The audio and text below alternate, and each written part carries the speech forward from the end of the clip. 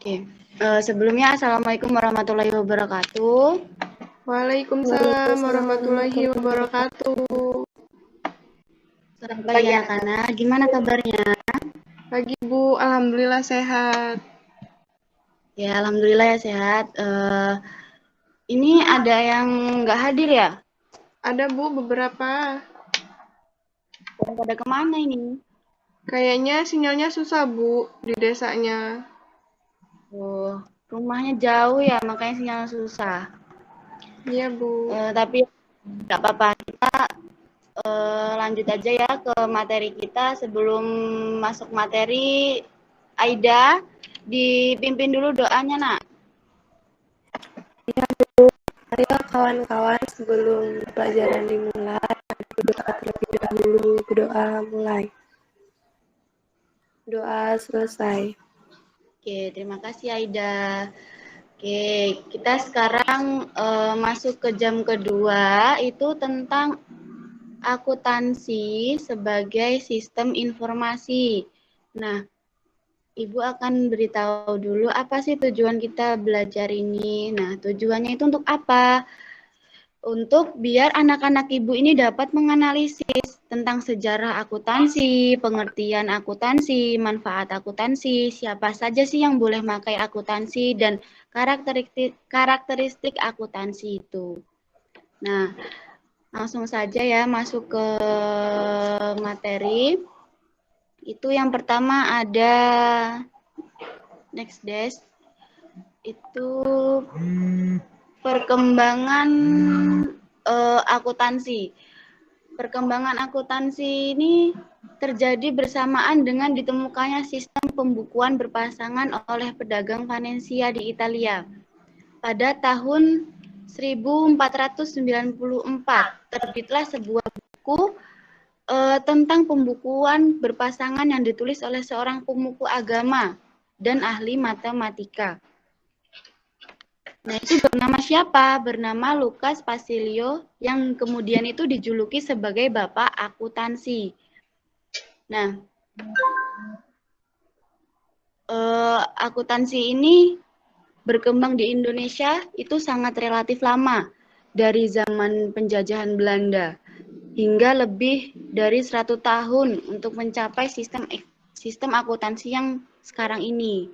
Nah, pada tahun 1994, Ikatan Akuntansi Indonesia atau disingkat sebagai IAI itu telah melakukan berbagai langkah harmonisasi menggunakan standar akuntansi internasional di dalam proses perkembangan standar akuntansi dan melakukan revisi total pada prinsip akuntansi Indonesia pada tahun 1984. Nah, sejak itu juga standar keuangan ini diberi nama sebagai SAK. Apa sih SAK itu? SAK itu Standar Akuntansi Keuangan. Nah, SAK ini diterbitkan sejak tahun 1994. Pada tanggal berapa? Pada tanggal 1 Oktober. Nah, standar akuntansi keuangan ini ditetapkan sebagai standar akuntansi yang baku di Indonesia.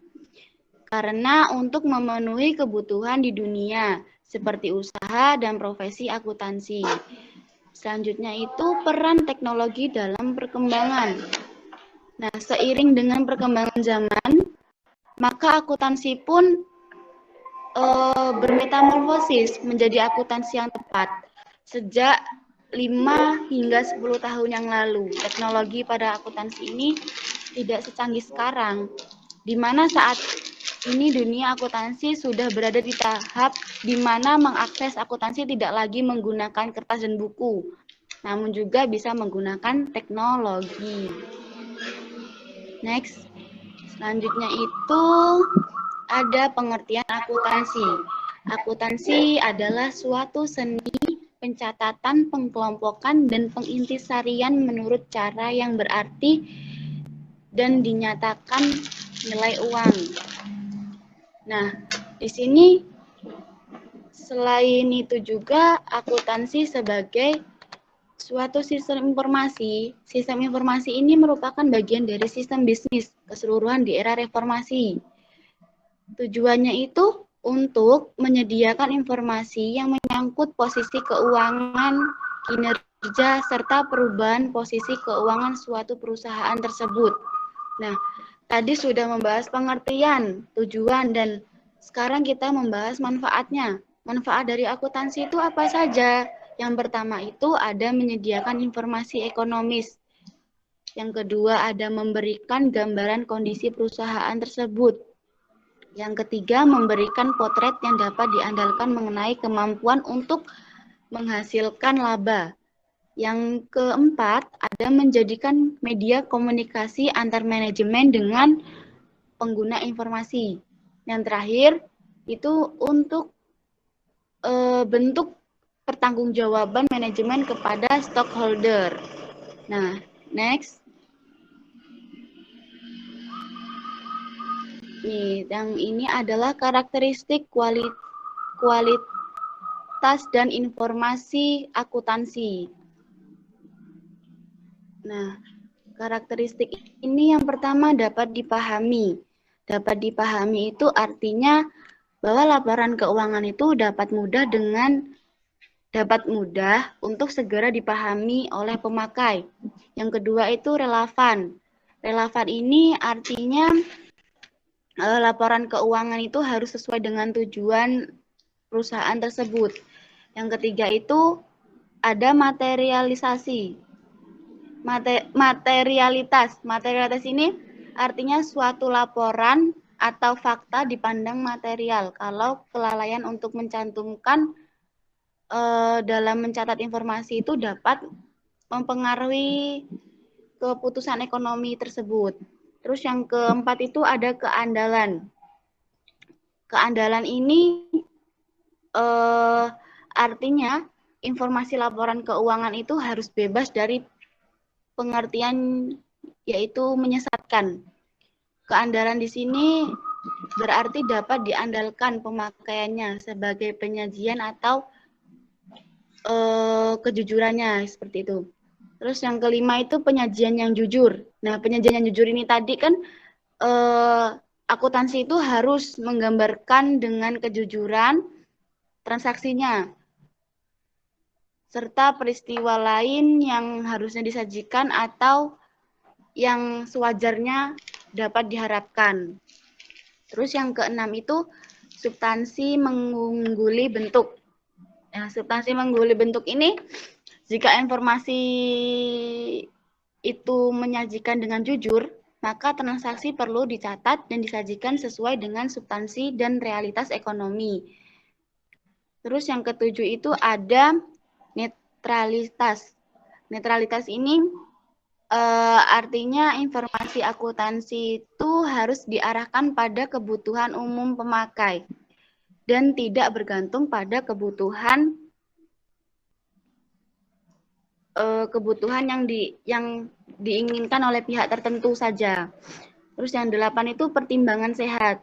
Pertimbangan sehat ini informasi itu yang disajikan mengandung unsur kehati-hatian pada saat melakukan perkiraan dalam kondisi ketidakpastian. Nah, yang ke-9 ini kelangkaan. Kelangkaan itu artinya informasi dalam laporan keuangan itu harus lengkap dan batas materialnya dan biaya tersebut. Yang terakhir itu dapat dibandingkan. Dapat dibandingkan ini artinya informasi akuntansi itu harus dapat dibandingkan dengan laporan periode sebelumnya dan dapat dibandingkan lain, tetapi yang sejenis.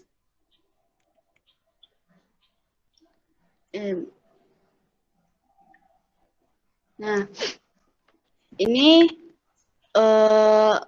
materi yang dapat Ibu sampaikan ya.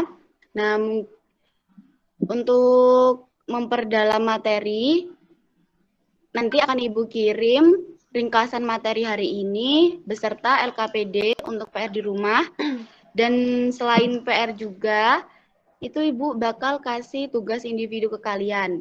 Nah, sebelum Ibu tutup, adakah yang ingin bertanya? Bu, Ajeng mau tanya, Bu. Iya, Ajeng. Mau tanya Bu, untuk pengguna informasi akuntansi itu siapa ya Bu yang pakai? Penggunanya siapa aja gitu? Oke. Eh, jadi pengguna informasi akuntansi itu ada dua, internal dan eksternal. Nah, yang internal tuh siapa saja? Internal itu manajer. Manajer ini sebagai pengambil keputusan perusahaan itu. Sedangkan yang eksternal itu siapa saja? Eksternal itu seperti investor, karyawan, kreditur, pemilik, pemerintah, dan masyarakat. Itu Ajeng. Gimana? Dapat dipahami, Jeng? Bisa Bu, terima kasih. Oke. Baik, kita evaluasi dulu materi kita pada pagi hari ini. Jadi apa saja yang kita pelajari tadi? Yang pertama itu tentang sejarah akuntansi. Yang kedua, pengertian. Yang ketiga, manfaat. Yang keempat, pemakai. Dan yang terakhir itu karakteristik. Nah, sebelum itu kesimpulan dari materi kita pada pagi hari ini apa saja? Nah, kesimpulannya itu akuntansi pertama kali dicetus oleh Bapak Akuntansi. Siapa tadi Bapak Akuntansinya? Bapak Akuntansinya itu si Luca Pacioli. Pada tahun berapa? Pada tahun 1949 di dalam buku Summa de Arithmetica. Terus selanjutnya itu akuntansi sangat membantu pembisnis dalam mengontrol serta mengembangkan bisnis tersebut. Dan yang terakhir itu pada dasarnya akuntansi merupakan seni untuk mencatat, meringkas, menganalisis, dan melaporkan data yang berkaitan dengan transaksi keuangan dalam bisnis atau perusahaan. Nah, mungkin itu materi Ibu pada pagi hari ini. Jangan lupa ya anak-anak untuk LKPD PR-nya di rumah dikerjakan dan tugas individunya Ibu tunggu hingga jam 12 malam. Itu seperti yang kemarin, Ibu meminta kalian untuk membuat story di IG kalian tentang quiz ekonomi. Masih ingat kan tugas-tugas yang kemarin itu? Masih, Bu. Ya. Dikumpul sampai jam 12 ya, Ibu tunggu. Iya, Bu. Baik. Oke. Masih ada yang ingin bertanya? Insya Allah, Bu. Cukup. Oke, cukup ya.